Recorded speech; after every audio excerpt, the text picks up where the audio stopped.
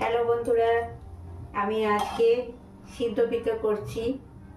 সিদ্ধ চালের গুঁড়ি দিয়ে আর এই যে সন্দেশ দিয়ে এই যে পিঠে তৈরি করে নিয়েছি, দিয়ে গরম জলে ফুটিয়ে করছি। আর এগুলো ছোট ছোট করছি, এগুলো দুধ দিয়ে পিঠে করব, মানে পিঠের পায়েস, ওই জন্য ছোটো ছোটো করছি।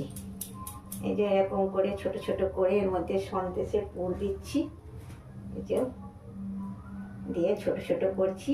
এগুলো পিঠের পায়েস করব। আর এটা সেদ্ধ পিঠে, এতে একবার দিয়েছি, হয়ে গেছে। এই নামানোর আগে একটুখানি ঠান্ডা জল দিয়ে দেবো, যে সবগুলো ভেসে উঠবে। এই দেখো, দিয়ে এবার তুলে নেব।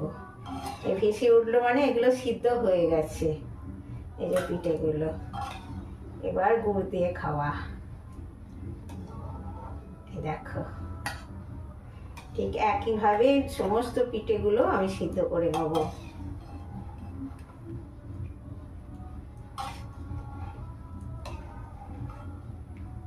এভাবে হয়ে গেছে পিঠে, আবার দুটো দিয়ে দেবো, আবার সিদ্ধ হবে।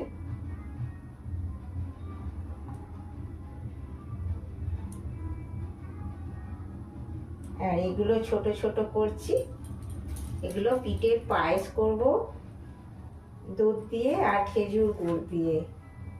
এই যে ছোট ছোট করে পিঠেগুলো করছি, ছোট ছোট একদম।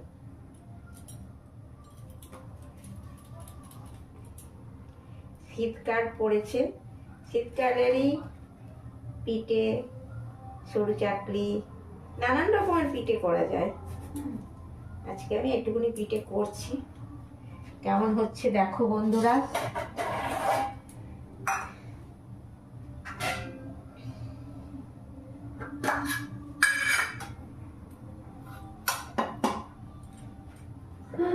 এর সঙ্গে এই গুড়টা দিয়ে খেতে হবে।